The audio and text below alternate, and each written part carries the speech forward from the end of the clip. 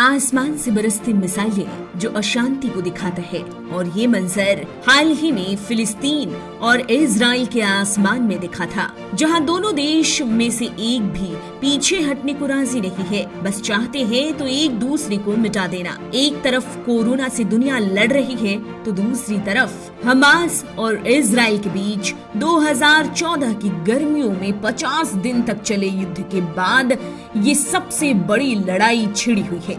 आखिर दोनों क्यों भिड़ गए हैं आपस में, और इस लड़ाई की हिस्ट्री क्या है, इस वीडियो में हम सब कुछ विस्तार से जानेंगे। लेकिन उससे पहले अगर आपने हमारा चैनल अभी तक सब्सक्राइब नहीं किया तो जल्दी कर लें, बेल आइकॉन दबाना बिल्कुल न भूलें। वीडियो पसंद आए तो लाइक करें, कमेंट करें और ज्यादा से ज्यादा शेयर करें। अगर आप हमें फेसबुक पेज पर देख रहे हैं तो हमारा पेज सबसे पहले लाइक करें। हाल में ऐसा क्या हुआ कि आसमान में रॉकेट दिखने लगे। सोमवार यानी 10 मई को 300 से ज्यादा रॉकेट इजराइल पर हमास ने दागे थे, जिससे इजराइल के कुछ नागरिकों की जान चली गई। और इसके बाद फिलिस्तीन में हमास के 150 से ज्यादा ठिकानों को इजरायली एयरफोर्स ने टारगेट कर 11 मई को हवाई हमले किए, जिसमें गाजा पट्टी में 13 फ्लोर की बिल्डिंग पर हमला किया गया। कई मंजिलें वाले 2 इमारतों को इजराइल ने टारगेट किया, और इसे लेकर वो मानता है कि इन बिल्डिंग्स का यूज हमास के चरमपंथी किया करते थे, और ऐसे में कम से कम 3 चरमपंथी को मारा गया है। जहां तक इजराइल के पीएम की बात करें तो पीएम बेंजामिन नेतन्याहू के मुताबिक उस बिल्डिंग पर मिसाइलें बरसाने के पहले चेताया गया, जिससे कि लोगों को बचने का मौका मिल पाए। हालांकि इस हमले के जवाब में 100 मिसाइलें हमास की ओर से दागी गई। रेगिस्तान के बीच बसे शहर बीर शिवा में इजराइल और हमास के बीच जो झड़प 11 और 12 मई की रात हुई वो जोरदार थी। इसमें फिलिस्तीनियों की भी मारे जाने की बात है, तो वहीं इजराइल की तरफ से 2 दिनों में 3 लोगों के मारे जाने की बात है।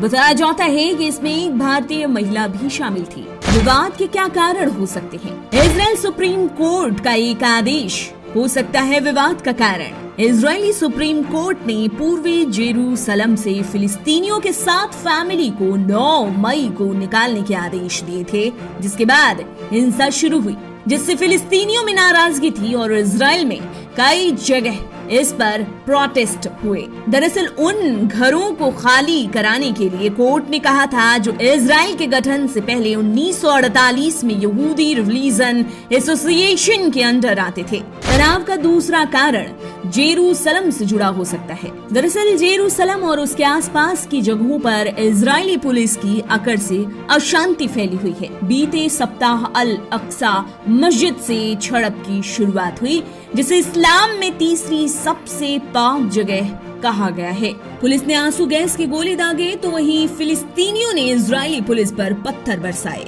मस्जिद में हैंड ग्रेनेड फेंके जाने से तो स्थिति और भी बेकाबू और नाजुक हो गई। संघर्ष के पीछे क्या चुनाव हो सकता है? इस संघर्ष के पीछे इजराइल की सियासत भी हो सकती है। मार्च में हुए संसदीय चुनाव का कोई रिजल्ट सामने नहीं निकल कर आया, और फिर इजराइल के अंतरिम पीएम बेंजामिन नेतन्याहू ही रहे। डेडलाइन के बाद भी गठबंधन सरकार बनाने में नेतन्याहू कामयाब हो नहीं पाए। इसके लिए सरकार बनाने का एक रास्ता यूनाइटेड अरब लिस्ट के लीडर मंसूर अब्बास का सपोर्ट लेना पड़ता, जो कि अरब लोगों के समर्थन वाली पार्टी है। इसका ही विरोध हो रहा है, क्योंकि पार्टी को यहूदी विरोधी माना जाता है। अब अगर युद्ध जैसी स्थिति पैदा होती है तो होगा ये कि इजराइल की पॉलिटिक्स भी चेंज हो जाएगी। करीब 100 साल पहले ऐसा क्या हुआ था कि अब तक तनातनी बरकरार है।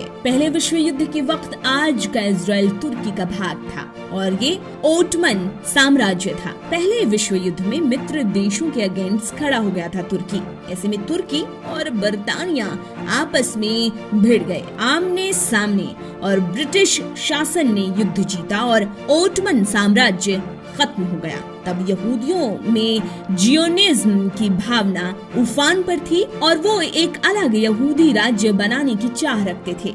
29 नवंबर 1947 को यूएन ने फिलिस्तीन को 2 भाग में बांटा, अरब राज्य और इजराइल, और अंतर्राष्ट्रीय सरकार के अंदर जेरूसलम को रखा।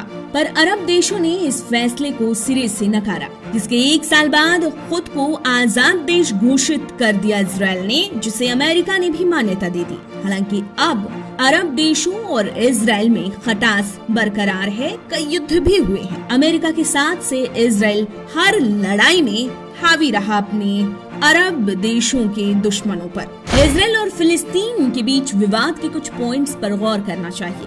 वेस्ट बैंक, जो इजराइल और जॉर्डन के बीच है, इसे इजराइल और फिलिस्तीन दोनों ही अपना मानते हैं।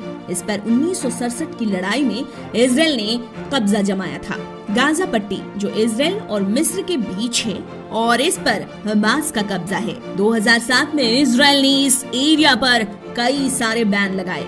गोलन हाइट्स, जो सीरिया का एक पठार है, जिस पर 1967 के बाद से ही इजराइल ने अपना कब्जा कायम किया। इस एरिया को लेकर काफी सारी कोशिशें की गई ताकि शांति हो, लेकिन ये कोशिशें नाकाम रही। 1967 में पूर्वी जेरूसलम पर कब्जे के बाद सिटीजनशिप को लेकर दोहरी नीति की वजह से खासा विवाद चलता आ रहा है। इजराइल में पैदा होने वाले यहूदियों को इजरायली नागरिकता मिल जाती है, पर इसी एरिया में फिलिस्तीनी जब पैदा होते हैं तो उन पर कई शर्तों के साथ उन्हें नागरिकता दी जाती है। आप देख रहे हैं नेट्रिक न्यूज, साहस सच कहने का।